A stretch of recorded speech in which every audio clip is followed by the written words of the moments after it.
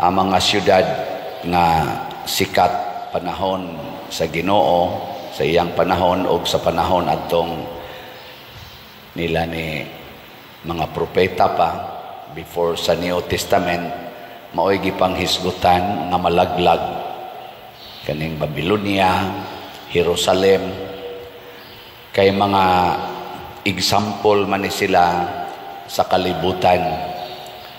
Ang dinis atong ebanghelyo sa katapusan gyud ang kalibutan mismo mao gyoy magunob, laglagon, mahurot gyud og ka bungkag.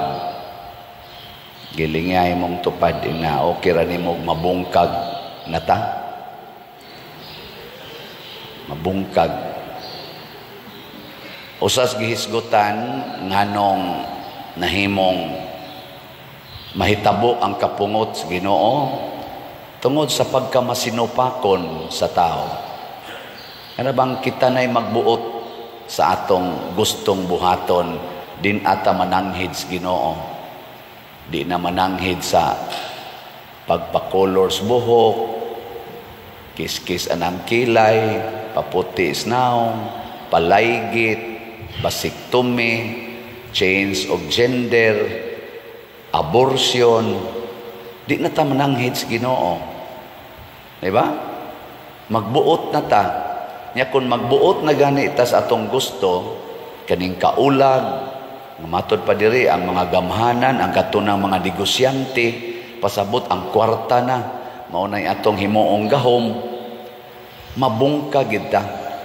Karon gud ang atong nasod, tanawar gud na atong mga leader, pagsugod sa eleksyon, unit team sila. Karon mura nag-iring og iro.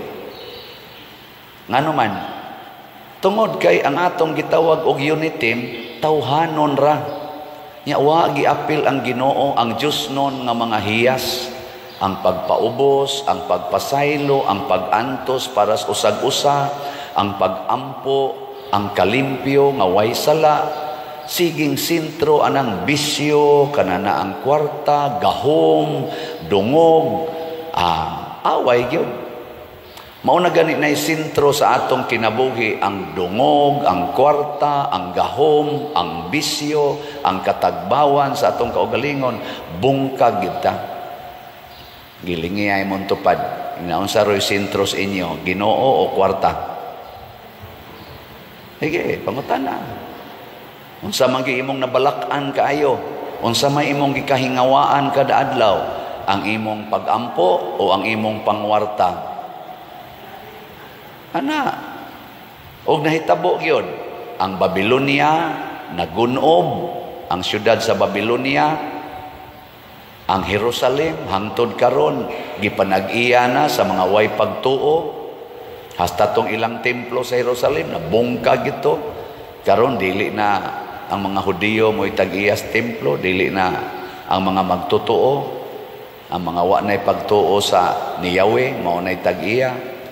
Karon sad ang kalibutan gipanag-iya na sa mga negosyante, ang very powerful karon sa kalibutan mauna ang mga rich and wealthy people.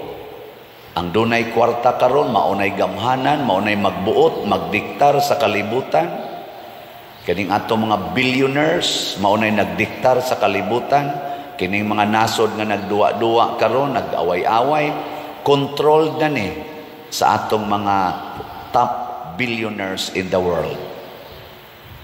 Kwarta og padong nata pagkagunob ug mauna na kay ang kalibutan karon gi panguluhan naman sad sa kwarta, padong nagyod magunob na ang kalibutan. Sama nga ang ilang mga syudad sa una nangagunob tungod kay kwarta o gahom nga tawhanon mao na ilang sentro. Ang kalibutan sad karon gidominar na sad sa mga kwartahan o mga gamhanan nga tawhanon, magunob na sad ni.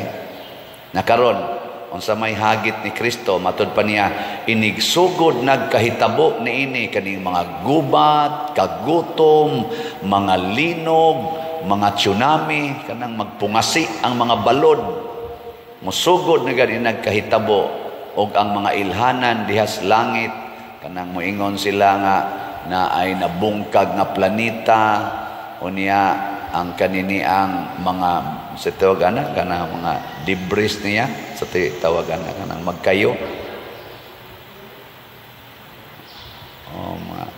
kana bang mahog kuno nga ris kalibutan kuyaw kuno kayo muigo nato sabutan na magkayo na siya mature sa sanay lang iyon basta nana so good na gani karon nanatay mga tao nga mga dato kayo nga nagsigig eksperimento sakay ana mga space nga shuttles mga rockets mangadto na sa laing planeta unya gaplano na nga maghimog bag-ong kalibutan karon ang ilang giistudyohan ang Mars kay ang kalibutan kuno hapit na mabungkag kay tungod aning naguba ng atong ozone layer nanay climate change ana ang mga dato manglupad sila adto na sila sa Mars magtukod og bag-o kunong kalibutan ingna makasakay ka tanang rocket pangutanay mong tupad pila kay pliti pila kay pliti anang rocket no para mamalhin ta ngadto sa Mars lisod gitag pliti sa balhabal na mangani napamanggani dinhi mangayo natog hinabang kay para pliti siyang anak sa balhabal unsa na kagpalit tag rocket kay ngadto tag buwan o maaon sa na kanang Mars dili na magsilbi oy dili magsilbi di gyud magsilbi kay dili rabiya ang kalibutan mo'y mabungkag matud pang Kristo ang mga planeta mo tipas sa ilang naandang agianan bungkag yung tibuok universo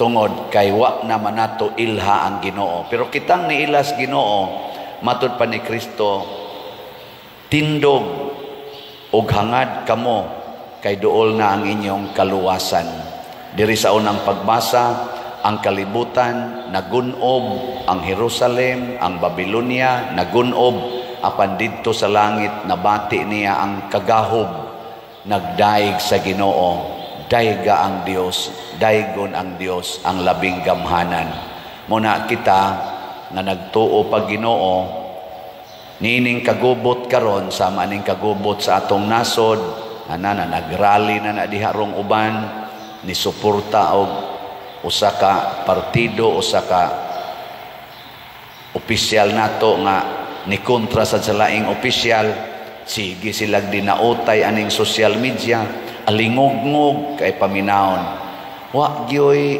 naglantaw nga kun padayonon ning away mahugno man gid ni matud pa ni Kristo ang pamilya nga mag-unay away mahugno ang gingharian nga mag-unay away mahugno ang nasod sad nga mag-unay away mahugno atong iampo nga makaamgo unta ning ato mga leaders nga dili ingnon ani pag-alagad ang nasod dili ingnon ani pag padindot ang atong nasod pinaagi anang ilang away kung dili pinaagi sa pag sinabtanay pulos magita dunay depekto pulos kita dunay gipamakak pulos ta dunay mga sala magpasayloay magdinawatay tas atong sala dili magsigig tinulisukay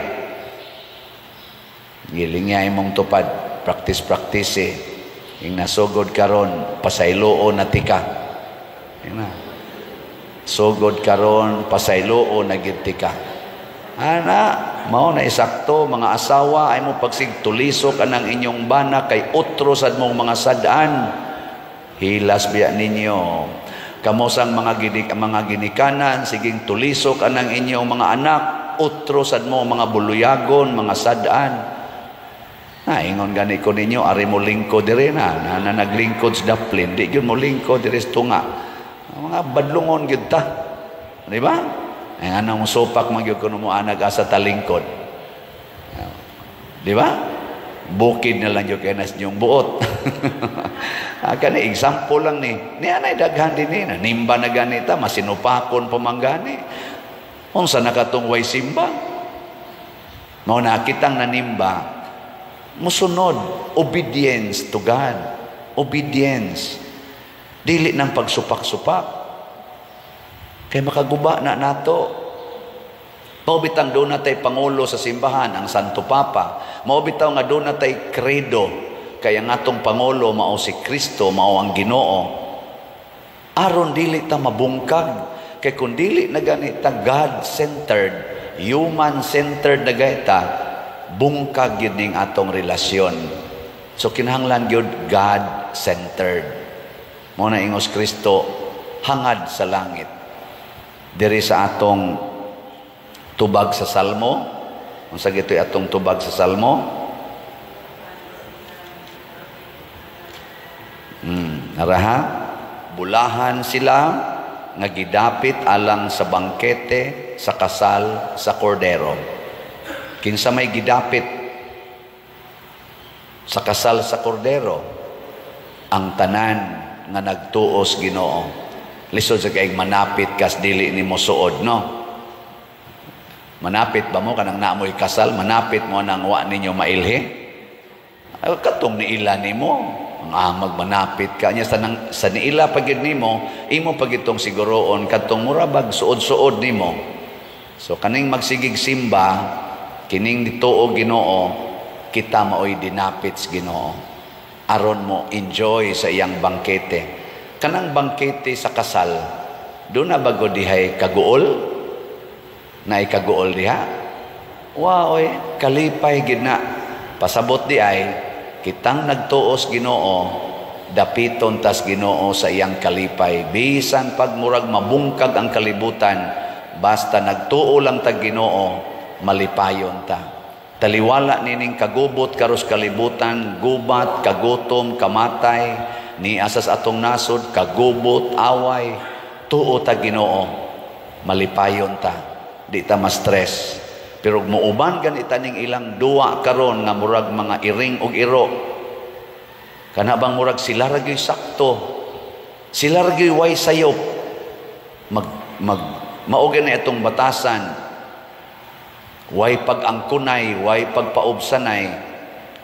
Di kita katilaw sa bangkete sa kasal sa kordero.